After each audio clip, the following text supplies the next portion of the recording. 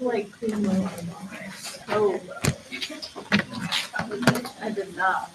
All right. So we'll go ahead and um, so I want to thank you for all you guys have joined us this weekend, and we'll spend some time talking about that in just a bit as you prepare to write your papers on your encounter. And want to talk a little bit about the funds of knowledge, and that feeds into helping students understand. So TESOL students, have you talked about funds of knowledge? A little bit? Okay. Cool. So we'll get started. Heavenly Father, thank you for another day that you've kept us. We thank you for working in our lives. We thank you for paying attention to us and loving us before we ever knew you existed. We thank you, Lord, for the world that you created. We thank you for your gifts and talents. We thank you for giving us a heart and a mind to serve you and to learn about your people. And Lord, let the meditations of our hearts and the words of our mouths be acceptable in thy sight. In Jesus' name, amen.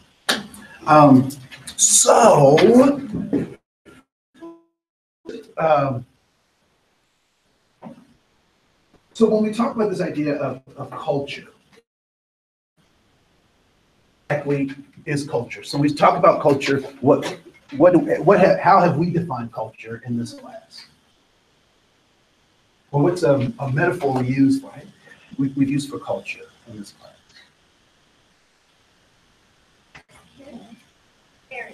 Oh yes, the carrot of culture. And what are the two, the values and the artifacts, right? So what is it that anthropologists look at to determine culture? Anthropologists. They look at artifacts, right? So they take artifacts and they pull those artifacts apart and they try to make sense of what those artifacts meant. They look at the context where they found the artifact. They look at all of these things. So anthropologists look at, sociologists look at possibly values, right? And what else? Interaction of who? Of what? Of people, right? So sociologists look at the interaction of people. We recognize that values. Hey, how you doing, sir? Yes. So we understand that culture is both. Anthropologists look at artifacts. Sociologists look at values and the interaction between human beings. When it comes to this idea of trying to close this education gap, and we look at the funds of knowledge, and I gave you kind of some examples of that, of a chart to look at funds of knowledge. Are children good, are they good sociologists? No? Okay. She's like, yes. How are they at anthropologists?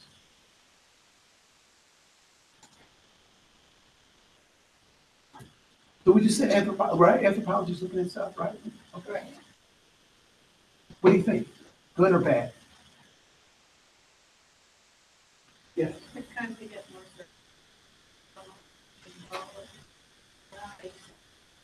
Okay, so they just say,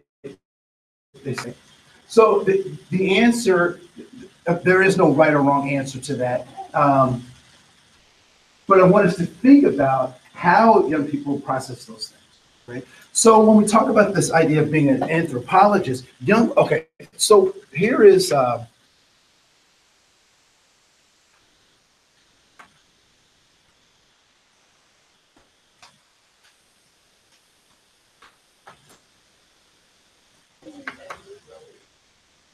Hold on. Well, no. What is that? Oh, That's an elephant, right? It is it's right. So what do baby elephants have to know to survive?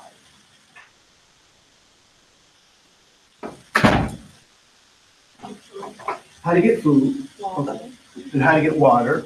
What else? Know how to run, know how to follow their mother in the herd, of how to avoid predators. I would suggest that baby elephants primarily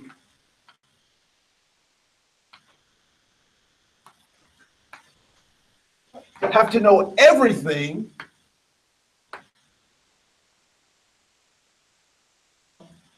the big elephant.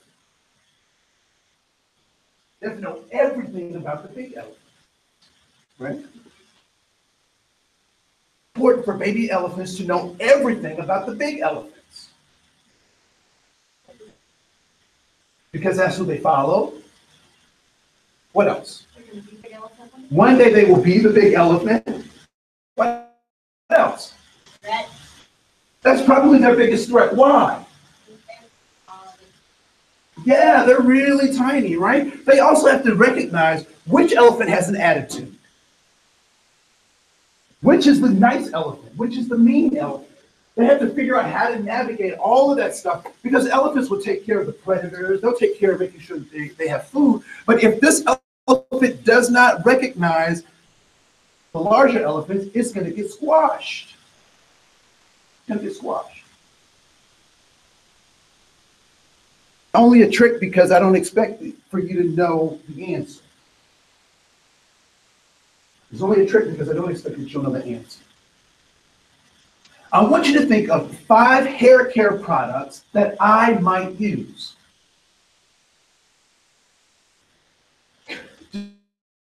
By name, but by brand name. Suave. Man shampoo suave. I would suggest that many of us will find that hard to write those things down. Why?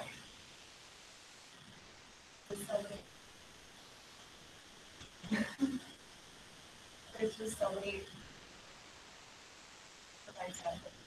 Yep, there's so many types of products. It could be a possibility. Yep. Like my favorite. Which is very different from mine. Ask me about yours.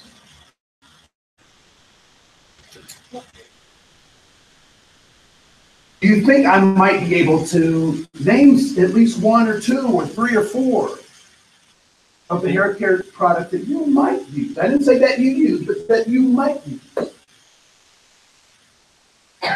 Why is that? Why might I be able to say like, and I'm old school, right? So Vidal Sassoon, or Aussie, or Herbal Essence, or Head and Shoulders, or Jute, or Veda, or what? Anybody get any of those products? Aquanet. No, that's an 80s thing. Why might I be able to rattle those off? You have a wife and a daughter. I have a wife and a daughter. I've been to the store and I've seen other products. I like advertising. Honestly, now I would. Yeah. Oh.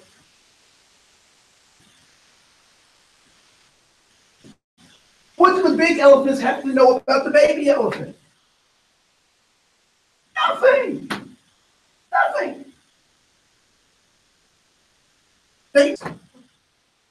Of culture and cultural context and all that kind of stuff. I would submit to you, smaller cultures know so much more about the larger cultures, and the larger cultures almost know nothing about the smaller cultures. Tells me, and when I turn on the TV, they tell me what you buy. They tell me about your habits, the things that you do. They show me your artifacts. Anthropologist, I'll know what your values are, right, given the particular context. So when we talk about the sponge of knowledge, what we're talking about is what is it that the baby elephants know, and how is it that they know? How is it that so-called minority groups know about the world? They know about it, A, from understanding the larger context that they're in, but also how they work in their own network. So a homework assignment for you to just think about, and if you can come up with some stuff next week, I want you to think about some hair care products that you may be using that you don't even know about. But the only way you can find out is if you look for them, because they're out there, right? They're out there. My wife is. Many of you saw my wife on Sunday. She's biracial. She is European and Native American. And so my daughter is triracial. We kind of talked about that, right? Which then means that she has different hair texture than both her mother and me. So for us to just grab stuff off of our cultural shelves and put it in our daughter's hair creates a nightmare. So we had to do some research and find out what kinds of things work specifically for her triracial hair. And so those kinds of things are the things that our children know. And so part of that education gap or that opportunity gap is that we have this blanket process that this is what fits all students, and we know that that's not true. And so we'll talk more about funded knowledge and how to implement some of these strategies to close that education gap next week. Right. Cool. So I have invited my, as you probably have now guessed, the Holy Christian Church is my church. It's where I worship. And so I did invite my pastor to come in and just have a conversation, or if people had questions or wanted to talk about anything that was either that they had a question about. This would be an opportunity to talk about that in an educational setting. Fortunately, we're all committed to a faith tradition. Most of us, that being Christian. So we really like to kind of have some conversations. And sir, if you don't mind coming up, I can bring a chair. Yes. Yes, sir, you can keep that one.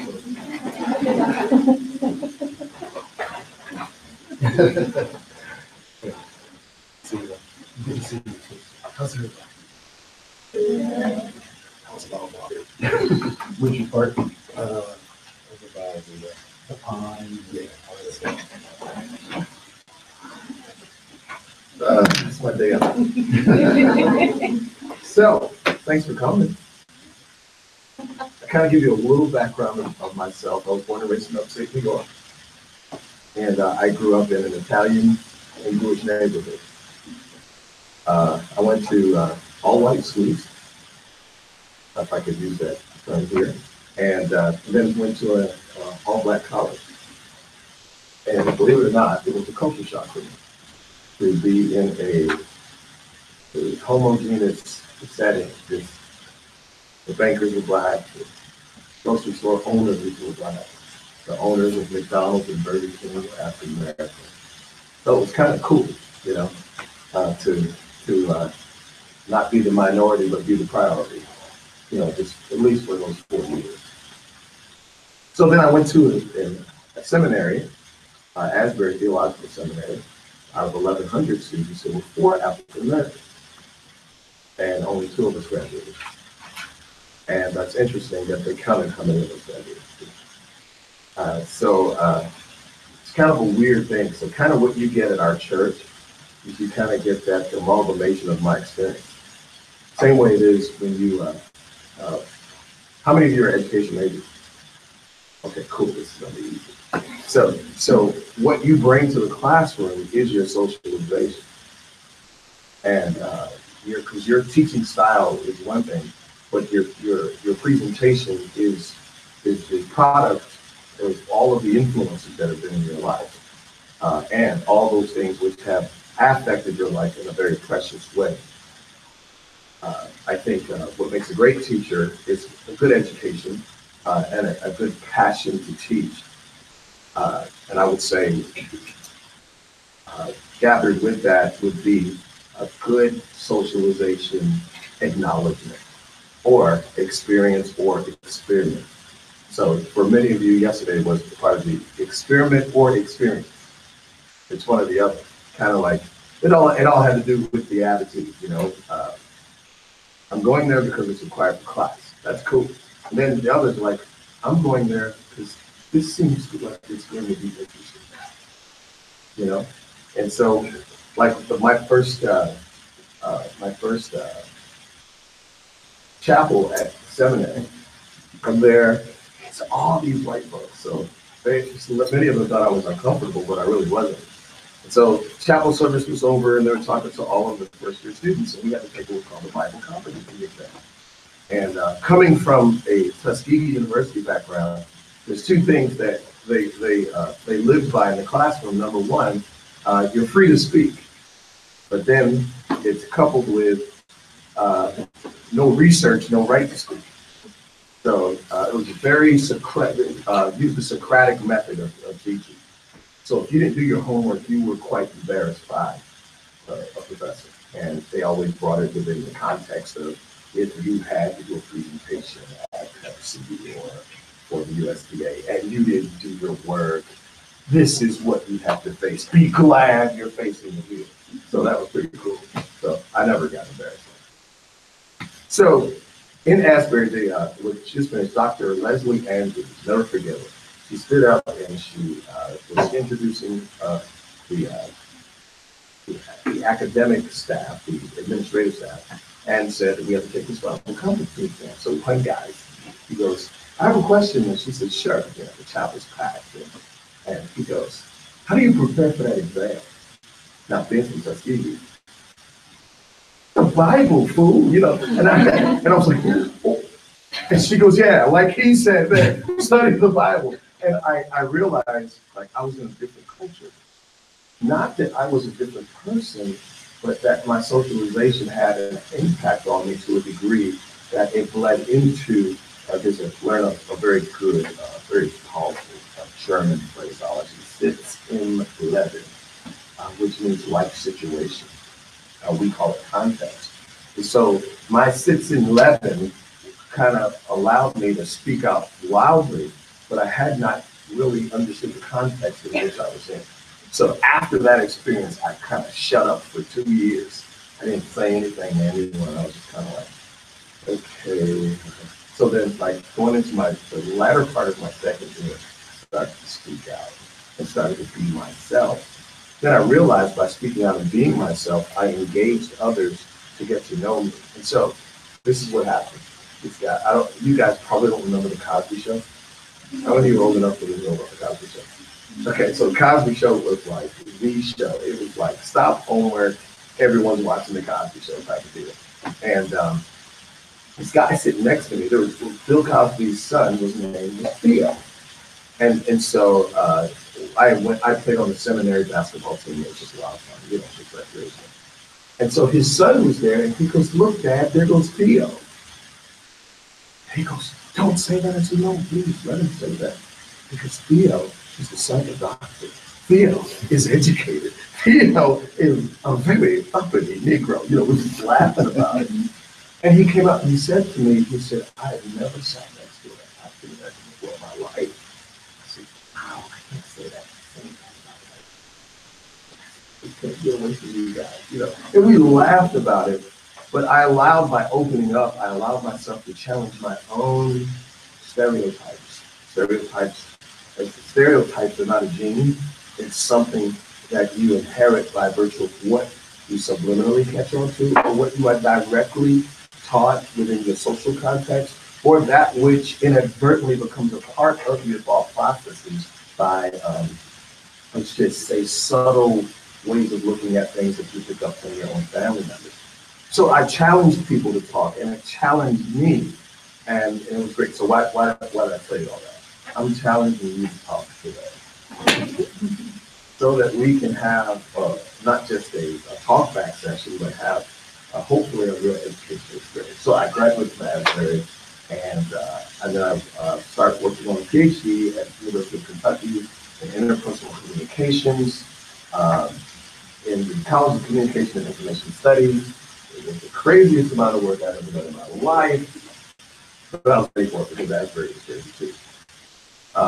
And my doctoral dissertation was supposed to be on the affective behavioral patterns of recipients of angry speakers.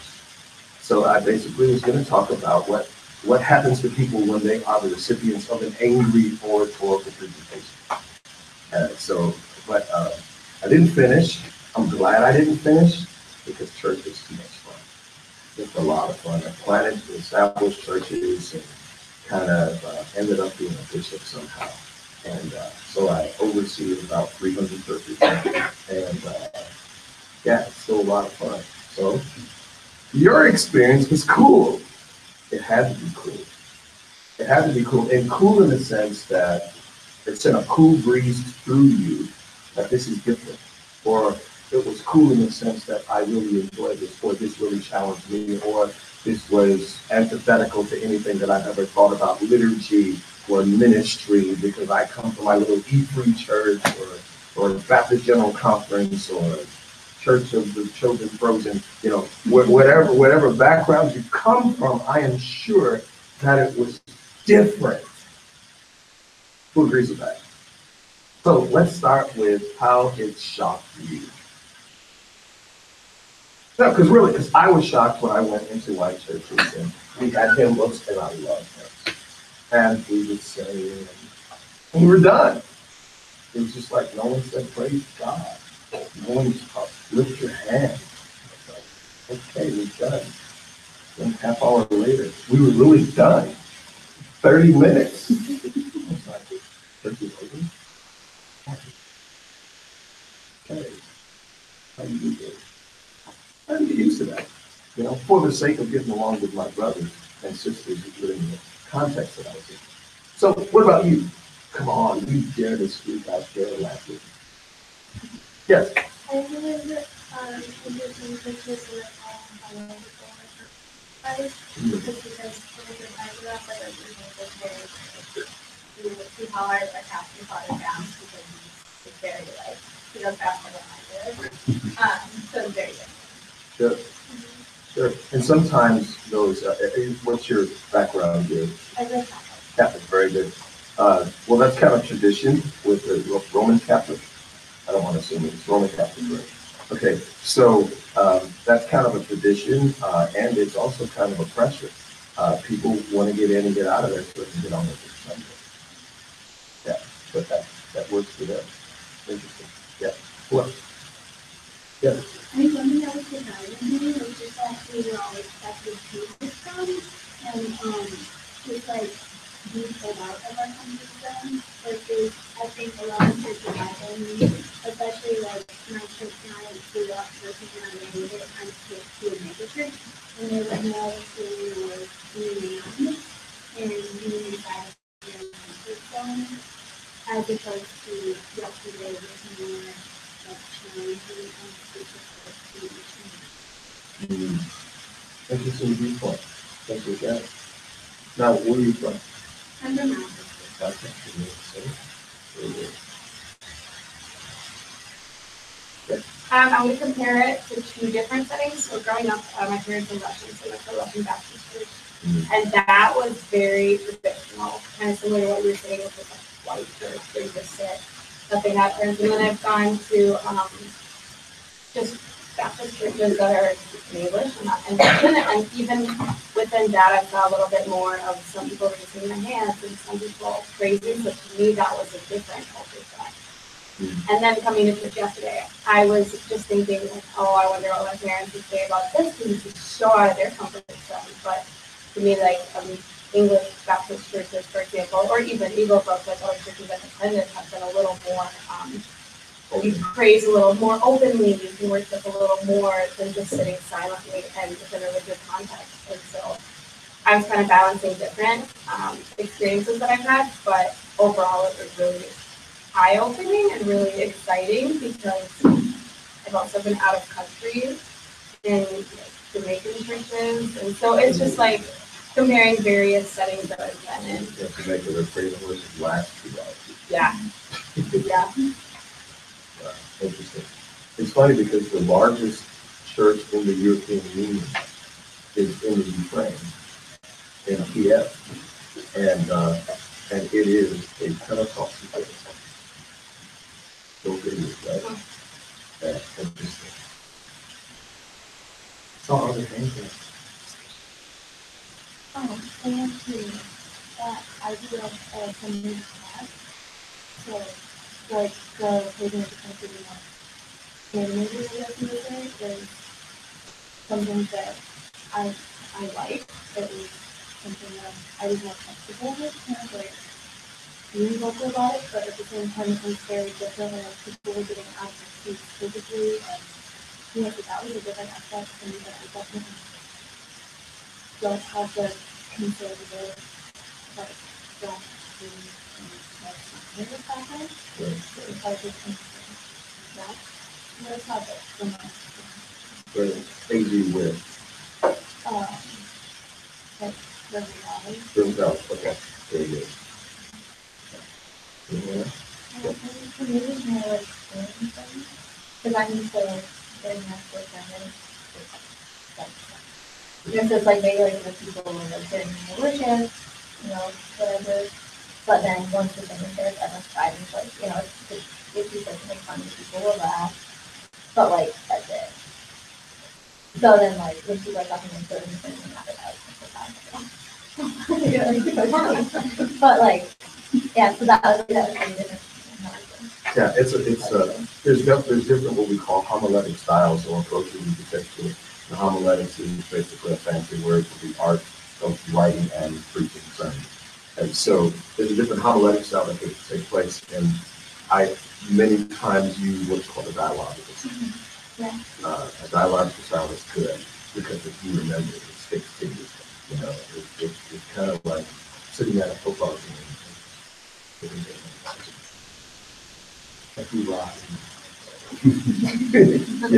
The dialogical style pulls you in because I'm going to speak longer than 20 minutes. I can promise you that. And so the dialogical style keeps you engaged and keeps you coming along with me. And seems to be the type of style that people remember. And ergo, it becomes more inspirational. Very good.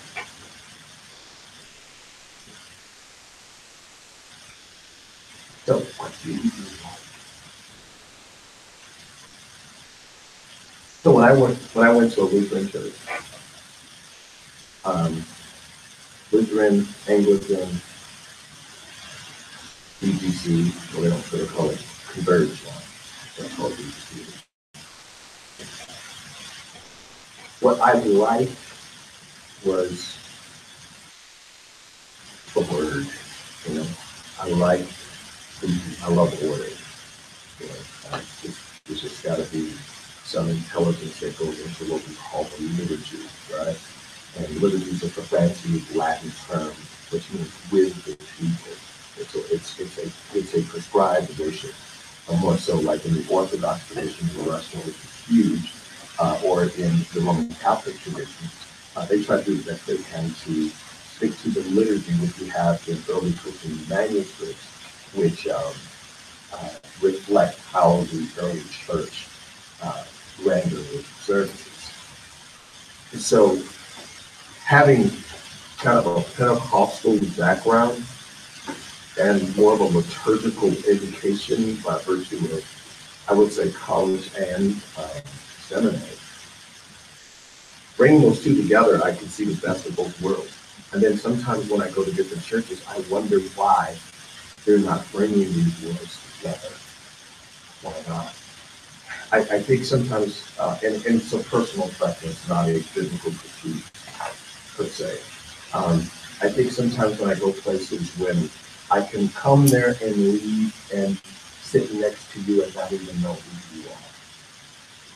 I remember going to a church that was pretty much all Caucasian, and the nicest person towards me in the church was the usher. They sat me in a section where when they, there's a partner service or what you call it pastor peace, or no one shook my hand. That was rough. It was tough.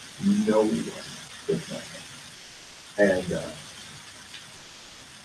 it was weird to me. I wonder sometimes, are we as people ready to receive strangers? The scripture says, be careful how you entertain strangers, because some can entertain angels unaware. And so I found that sometimes some churches can have some little, and that's more of a, not a pet peeve, but more so personal preference or something that may offend me, or. So what about you?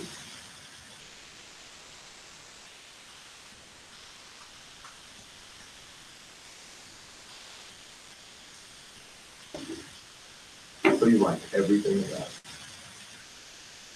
Yeah. This kind of goes back to what we said in the previous one, but at some points, like, I found it hard to self-reflect, like, really get into it when it was so loud and so busy, because I have been in like church settings like this before, so it wasn't really new. Let's say I knew it was a new environment, new setting and everything. So sometimes it's hard to really reflect on what you were saying in my own life and how you found that to me, and then something else, and it's like, other people are feeling scared and feeling moved, and also like, and then trying to come back to it and like, get into that. So I'm probably the only person here, but. No, I don't think so. I would say I agree with you. No, I agree. Even though I have the dialogical is more so that to encourage people to maybe nod and say, but the intent is not to get people to interrupt other people's concentration on what is going on dynamically. So I think that's a healthy, because I agree with you. So there's times to get so hard. I mean, for real. I mean, because if there's no freedom at all, you have a serious challenge. People are bound. But then if you open the door, you also have a problem. And that's parameters, right? Yeah, so I thank you. That's good.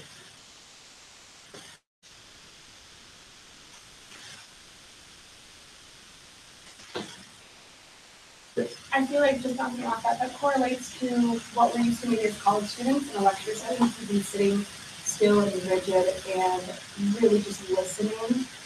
We are used to that concentration of processing by being spoken to, so I can see how even in class, right, not now, but if someone's lecturing, a lot of people are like, yes, like I affirm this, like I can find myself being like, wait, like it's different.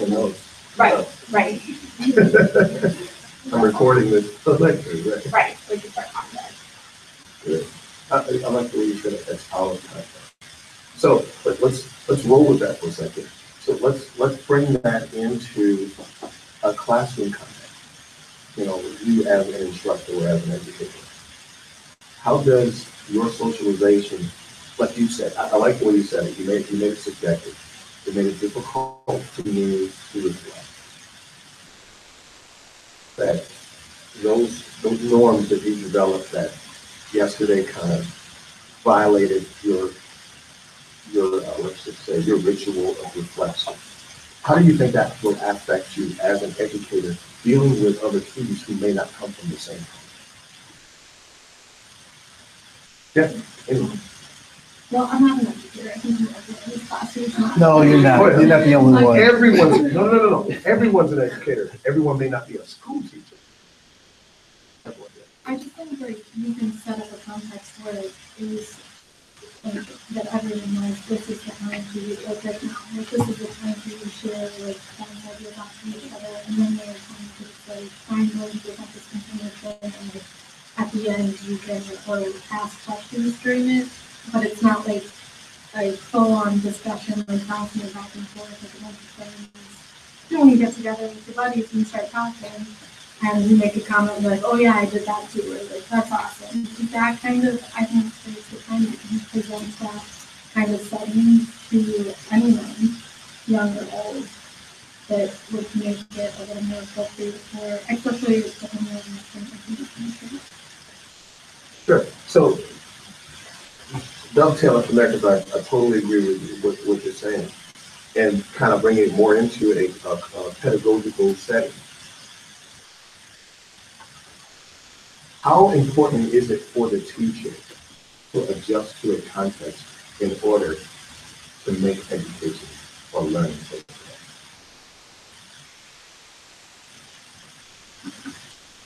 Yes. I know when we're in the toddler class and our early childhood classes, we talk a lot about, especially with the infants, you adjust to their routine. You feed them whenever they're, meant to be fed based on their home routine. And so that kind of translates to the toddlers when we're taking it. Very good. We had a lady, one of our elders, he's Norwegian, and his mom came to the church for the first time, and she kind of had a similar experience as you, and she comes from this very rigid, E-free church, and sermons going forth, and so this lady stood up next to her and shouted, "Hallelujah!" And she said, "Why is she doing that?" And then someone did it next to her. They said, "What is going on?" And then she kind of took a deep breath, because she told us this afterwards. She goes, "Oh, she's doing that. She wants to." Look at the genius of what she said. I want her to enjoy herself within this. And I'm more excited about the fact that she's enjoying herself. And sometimes that's the reflection we get in certain contexts. So, sir, there were a couple other people who had their hand. I'm going to hear your response. Yeah. So I just think like each child has a different learning style, so if you don't teach a different learning style, they'll ultimately not get much out of the lesson that was teaching them, and they often say that they don't practice. So the other, so I'm going to ask, kind of an elephant in the room kind of question, right? Ha ha. What kind of church is the Holy Christian Church? I mean, it had a lot of black people in it. Is it a black church?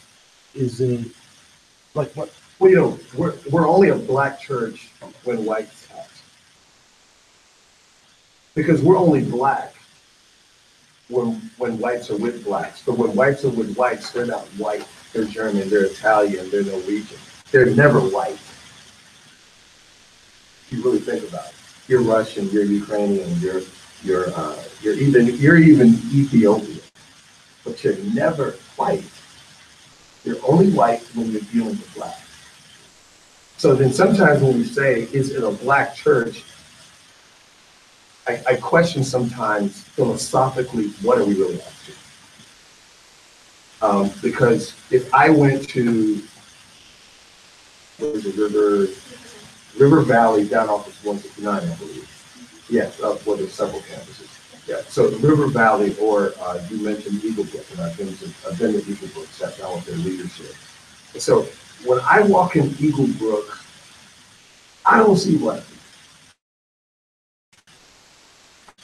Maybe you do, but I've never seen black people there. And so when I walk into Eagle Brook, I never ask, is this whole life? This is Eagle Brook.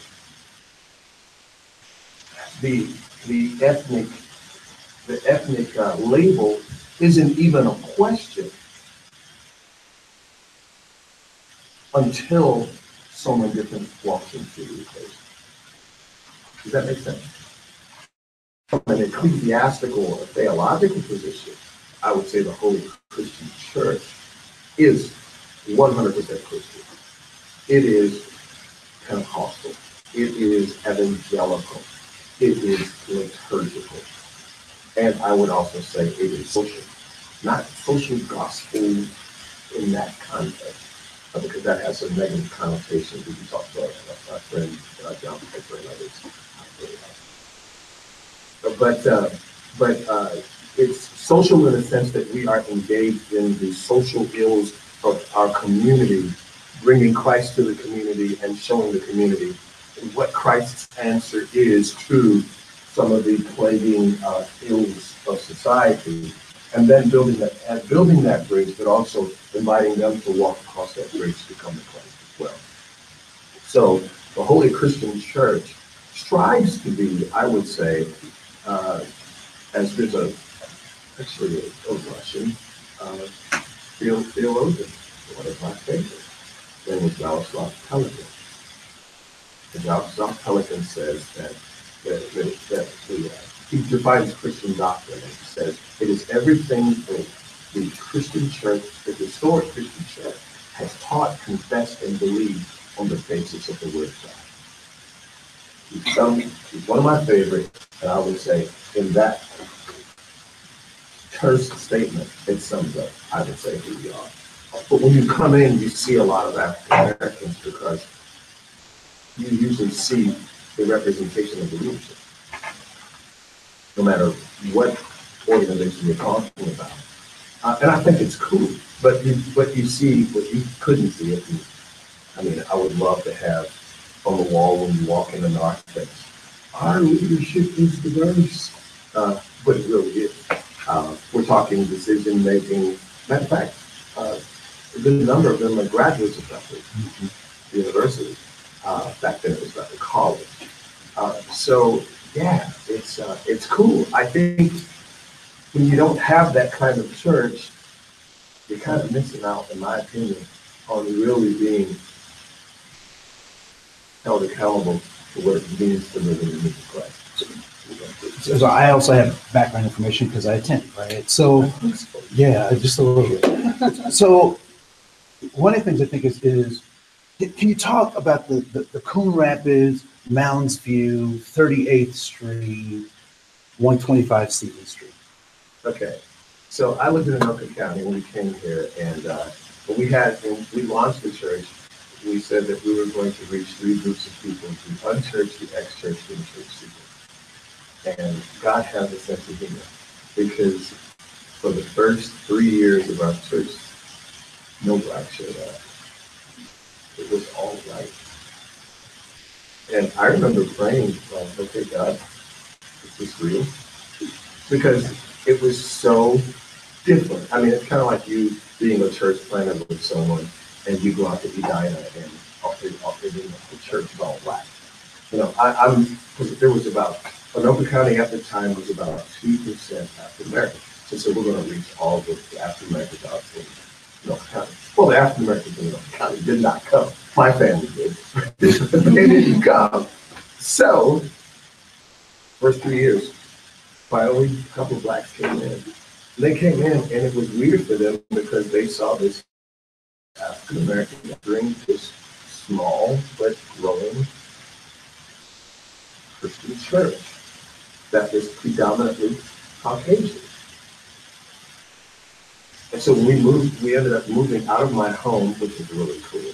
House churches are not underrated.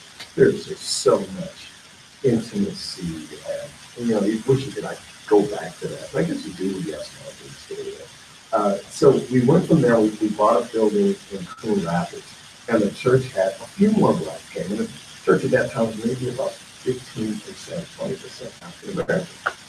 And things were going really cool. We outgrew the building. The city, the architect, HGA Architects, and Rampart Architects, HGA, now, Rampart Architects said, we don't want you to cut down these trees to expand your church, blah, blah, blah. Coon Rapids was kind of against it, but we could have bought it one. So we decided to, we prayed about it. The door opened, Mounds View Community Center. Hey, let's go there to figure out what we want to do. So we were there, and the church is just like, we have a whole ballroom, and it was a sea of white people and peppered blacks among the salt, right? So we put in a bid to buy the whole building and continue to use the YMCA and the community center for the community. Kind of a joint venture there. That would have been revolutionary. But Mounds View had been done over the many promises that were made to them were not kept by Medtronic. They put that monstrosity of the headquarters there off of Highway 10 and 35. So they felt like we were going to be Medtronic Part 2, and didn't happen.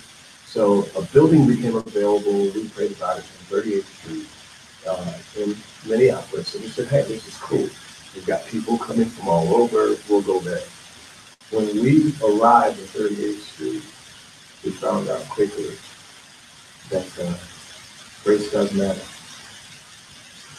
because 75% of all of the whites in our church are black actors. They wanted to have nothing to do with the church that was involved in the ministry. 2 weeks before we were supposed to close for that church, the whole roof in my office fell. It was on my desk. It was so cool because we got called with our contract and we could get out. And we did. And I was like, okay, maybe I went wrong. Maybe we should have left down the left mouse to you. God, I've lost all of my white people. You know, I was just really, I was really in distress. No one knew I was not distressed. I was really concerned. Then the church that you all came to came open. And I hope I answered you. Yes, no, it was good. It was good, yeah. That's kind of the sequence. So, and I don't want to drive the rest of it. We have about 4 minutes left. But I do want to make this point about congregation, right? So I was at an event, and someone said to me, they said this to me at an event. I had made the comment that Sunday is the most segregated day of the week, and they wanted to question me on that. And so the person came to me and said, well, I heard that African Americans want a respite from white people, so they would prefer to worship by themselves without white people. She said, I heard that that's cultural. And so I challenged her on that, because what we know about culture is culture comes out of what? Context, right? Culture comes out of context. And I asked her to think about the context by which she derived this cultural norm. Right? And historically, what has been the cultural norm in terms of race relations, even on Sunday? Segregation. So what we've done is we've taken a systemic thing, and now we call it cultural.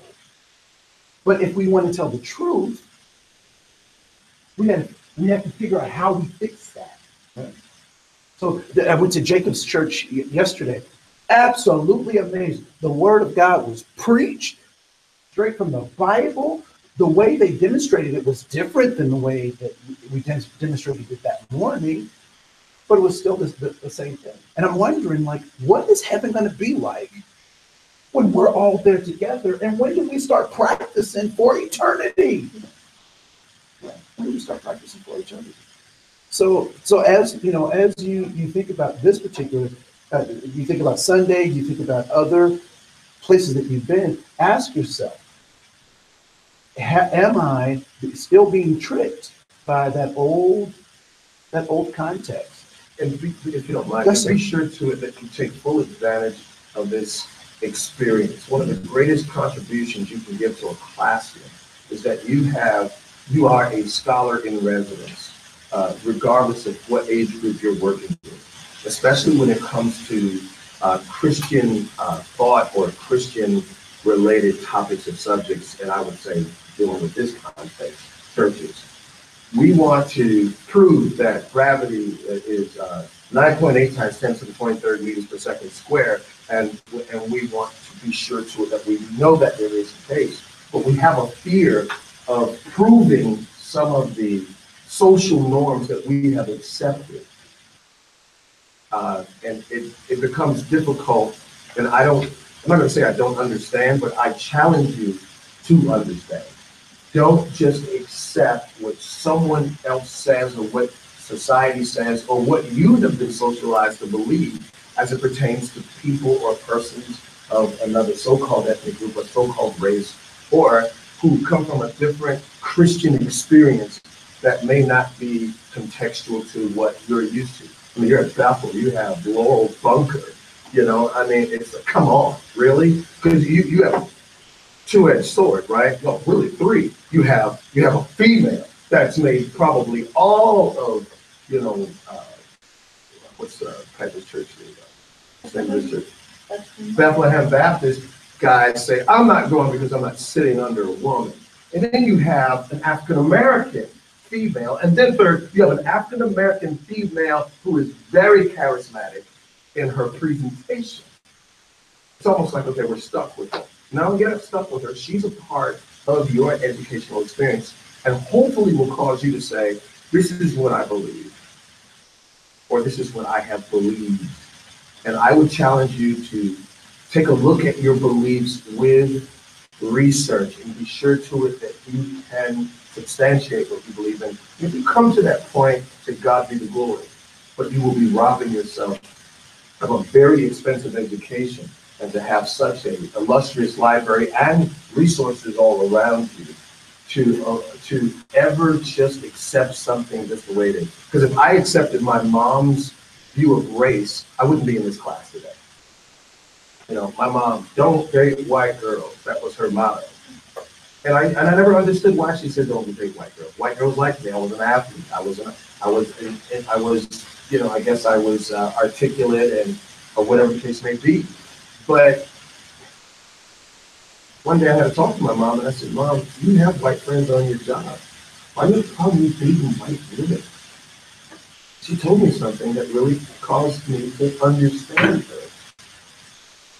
Coming home from school one day down in rural Alabama, one of her classmates was hanging from a tree, and his crime was dating a white girl. She was inadvertently trying to tell me, I don't want to see you dead.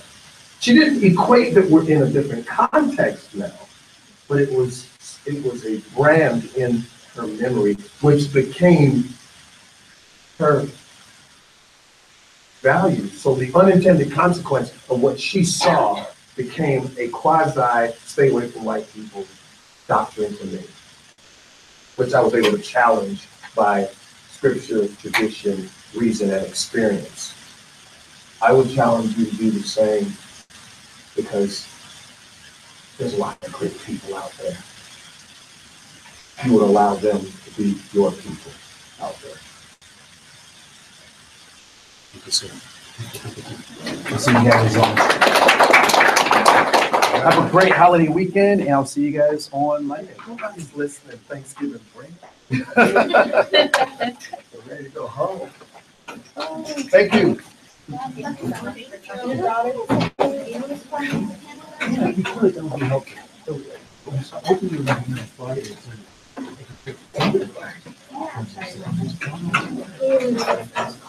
wow.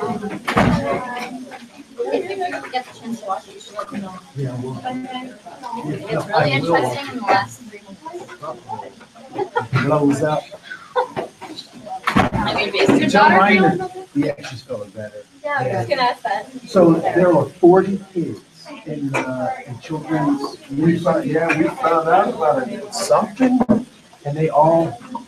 My wife got calls from 5 moms. The kids were all. Yeah, because Gordon came to our house for dinner, and he's Ralph and all over our house. Yeah. Well, we're like, we quarantined. Yeah, no, it's like. What are you doing?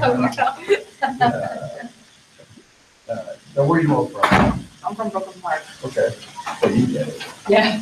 Well, I'm from Minnesota. okay, great. I'm from Wyoming, the state. Oh, great. Not Not Minnesota, the whole state. I can be clear. Yeah. Yeah. From the real Wyoming. Yeah. That's That's a pretty good football team this year. They do. Good. Yeah, okay. Coyotes. Coyotes. I mean, if you don't want to hear anything about our football Thank team, you. it's What part of Minnesota summer. are you in? I'm from like southwest Minnesota, so like down by Kansas and. Okay, gotcha. One, South here. 212. That's cool. Area. Yeah, it's a really beautiful area. It's like That's a cool area. farmland is like right here. Right. I'm just like, yeah, right there. Right. There's always those three. No. Yeah, we're always like the last Yeah. one. With the cheapest one. Buddies. And what has to do with it? Oh, wow. Yeah, well, I started at a private school which was 7th grade. Then I went to Jackson Middle School and Chapel Park High School, but to do mission. And then I wanted to navigate yourself. And so now I'm Wait, you here. want to do mission?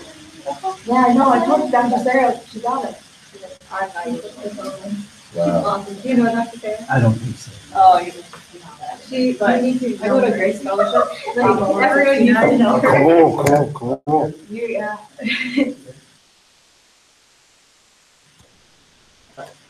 I love the church living on Sunday. I brought my Yeah. boyfriend to it, and he was like, "This is so great." He's getting into it, but Yeah. yeah, Yeah, we- it's so